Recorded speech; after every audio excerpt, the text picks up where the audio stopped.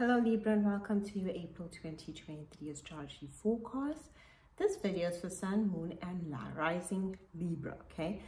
And April's a very interesting month. We do have a solar eclipse happening opposite you, as well as a Mercury retrograde towards the end of the month. Now, Mercury is responsible for our intellect, how we communicate, express ourselves, and it rules over information, as well as travel. So during the Mercury retrograde phase, it's like we are looking back into the past. We can have past experiences come up. We can also have people from the past re-enter our lives. It's also a time for miscommunication, misunderstandings, and conflict. This is a time we are met with more delays. So think about your appointments. Make sure that you give yourself enough time to get to your appointments, because when we are delayed for certain things and we are met with more challenges, this is a time where we can feel a bit more anxious, which can allow for more conflict to happen within our one-on-one relationships. Mercury retrograde now appears to make us afraid. No.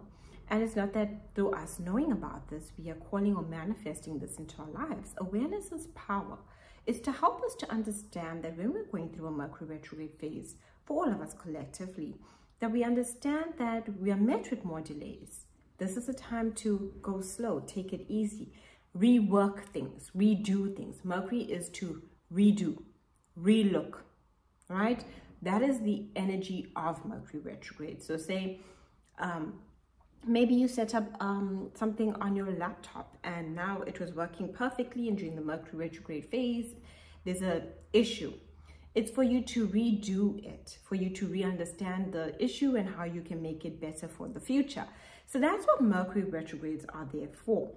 And during the delays, to take it in our pace and our time and to slow down. This is a time where we can feel exhausted.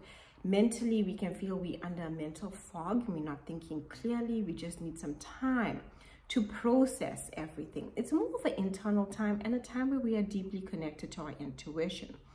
We do have a solar eclipse. Now, we are in eclipse season in the month of April. Eclipse season is a time for transformation, upheaval, and chaos as things are about to change. Big things, meaning situations, people, places, everything. When we go through eclipse cycles, it closes old doors and we go through new doors in order for us to work on that energy for the next 6 months. So what we experienced this April going into May, right? Because we will have a lunar eclipse in May, around the 5th of May. So we are basically going through this period, right? From the 1920th, there's a solar eclipse, right? In April, and then the lunar eclipse in May, of transformation. It can be chaotic.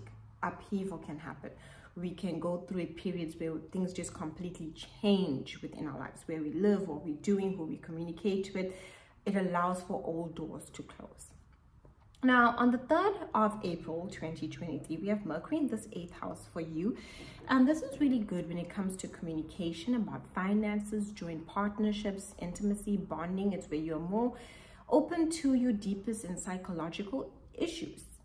In order to release them, you're more able to express them in order to be more vulnerable and allow for more intimacy in your one-on-one relationships. This also allows you to release any insecurities about yourself when it comes to your self-worth. And when you do that, it allows for your income to grow, because we can have payments come through, especially because around the 3rd of April, we have Mercury in your 8th house, we have Venus in your 8th, and we also have Uranus in your 8th house. This is all to do, the 8th house, about transformation and finances, paying off debts, receiving income, growing in investments, all of that energy, okay? On the 5th, 6th, we have a full moon in your 1st house. This is about releasing things about you. What is holding you back from your goals? What is holding you back within your one-on-one relationships? How do your relationships need to transform? Why am I talking about relationships? Because it's a full moon in Libra. Libra rules one-on-one relationships, be it personal or professional. As long as I'm one-on-one with you, it's a relationship, right? Even friendships, co-workers. If I'm one-on-one working with you, it's a relationship. Libra rules those things, and it's a Libra full moon. So this is happening in your sign, asking you to draw attention to yourself within these relationships and what is out of balance in order for you to restore balance to these relationships. And this will be a point where your relationships can evolve and grow, or you'll need to cut loose of relationships that are holding you back. On the 11th, Venus will be in your 9th house, and this is really good for expansion, wisdom, and growth. You can learn new things. You can become very philosophical. You can go on a beautiful trip during this time. You can also meet people from foreign places with different experiences from you that can be very helpful to your journey. And if you're single, this will be a great time to meet someone who is different from you.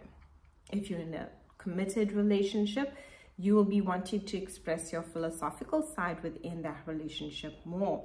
On the 19th, 20th, there is a solar eclipse in your 7th house, and this will be happening 19th, 20th, depending on your location. Now, on the 17th of July, 2023, we have the North Node entering into Aries, which is your 7th house, and the South Node into Libra, which is you, 1st house. So, over the next year and a half, you'll be going through transformation to your one-on-one relationships, Libra. This will be the ideal time if you're single to meet new people. If you're in an existing relationship, this is where you'll be re-evaluating those relationships. You want them to grow and evolve on a different level as you are changing and transforming.